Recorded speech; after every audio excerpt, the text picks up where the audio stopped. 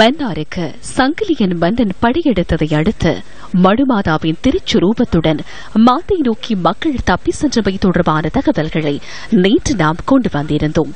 எனினும் இந்த சுதந்திரத்தை நீண்ட நாட்களாக அனுபவிப்பதற்கு மன்னார் கத்தோலிக்க மக்களுக்கு சந்தர்ப்பம் கிடைக்கவில்லை. ஒல்லாந்தரின் படையெடுப்பு காரணமாக கத்தோலிக்க மக்கள் மீண்டும் உயிர் அச்சுறுத்தலை எதிர்கொள்கின்றனர். மன்னார் கரையோரத்தில் இன்றும் காணக்கூடியதாக இருக்கும் ஒல்லாந்தர் கோட்டை அந்த வரலாற்றை நினைவூட்டும் முக்கிய சின்னமாகும். மன்னாரை ஆக்கிரமிக்கும் ஒல்லாந்தர்கள் கத்தோலிக்க மக்களுக்கு எதிராக ஆயுதம் ஏந்துகின்றனர். இதனால் மாந்தை புனித பூமியிலிருந்தும் தப்பி செல்ல நேரிடுகின்றது. சங்கிலி அரசன் யாழ்ப்பாணத்திலிருந்து உடனடியாக ஒரு படையோடு வந்து கத்தோலிக்கராக மாறிய இந்த மக்களை கொன்றொழிப்பதில் ஈடுபட்டான். ஒரு குறுகிய காலப்பகுதிக்குள் ஏறக்குறைய 600 பேர் கொல்லப்பட்டார்கள். கொல்லப்படாமல் மீதி இருந்த இன்னும் சிலர் 200-300 பேர் வரையிலானவர்கள் மன்னார் தீவிலிருந்து தப்பி மாந்தை ஊடாக பெருநிலப்பரப்புக்கு ஓடி வந்தார்கள்.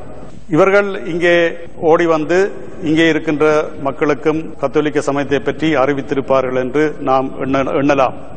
மடுமாதாவின் திருச்சுரூபத்தை தன்னகத்தை மறைத்துக் கொண்டு ஒல்லாந்தரின் பகுதியிலிருந்தும் சங்கிலி மன்னரின் பகுதியிலிருந்தும் தப்பி செல்லும் மக்கள் சிங்கள மன்னாரின் வரி அறவீட்டு நிலையம் ஒன்று அமைந்திருக்கும் பகுதிக்கு சென்றதாக மக்கள் மத்தியில் கருத்து நிலவுகின்றது.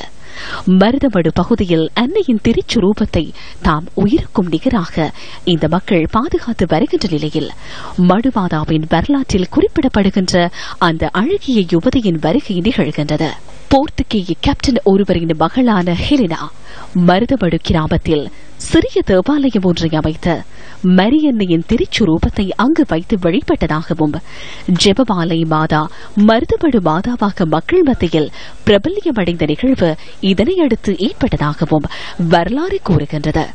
மடு திருத்தலத்தின் ஆரம்பமாகவும் இந்த நிகழ்வு கருதப்படுகின்றது. சிங்கள மன்னருக்கு வரி அறவிட்ட அதிகாரியுடன் கைத்தளம் பற்றுகின்ற ஹெலினா மடுமாதாவை பாதுகாப்பதற்காக தமது வாழ்நாள் முழுவதையும் அர்ப்பணித்ததுடன் இதனால் அவளை மன்னார் கத்தோலிக்க மக்கள் புனித ஹெலினா என்ற உயரிய நாமத்துடன் இன்றளவும் அழைக்கின்றனர்.